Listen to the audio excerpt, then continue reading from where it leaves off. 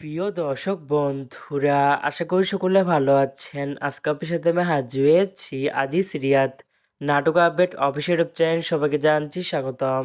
আজকে আপনার সাথে যে নতুন এক নাটক নিয়ে হাজির হলাম, সে নতুন এক নাটকটির নাম হচ্ছে মায়ার পাখি।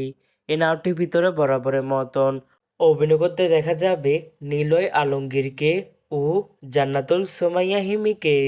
বরাবরের মতন এই নাটকটি রচনা ও পরিচালক হয়েছেন মহিন খান। ইতিমধ্যে কিন্তু এই নাটকটি কিন্তু অলরেডি কিন্তু বেশ কিছু পোস্টে কিন্তু অনেকদিন আগে থেকে রিহার্সাল করা হয়ে গেছে আমাদের মাঝে, তাও দেখতে পাচ্ছেনই। অসাধারণ হয়েছে পোস্টারগুলো। অবশেষে এই নাটকটি ইউটিউব পর্দায় আসতে যাচ্ছে খুবই শীঘ্রই।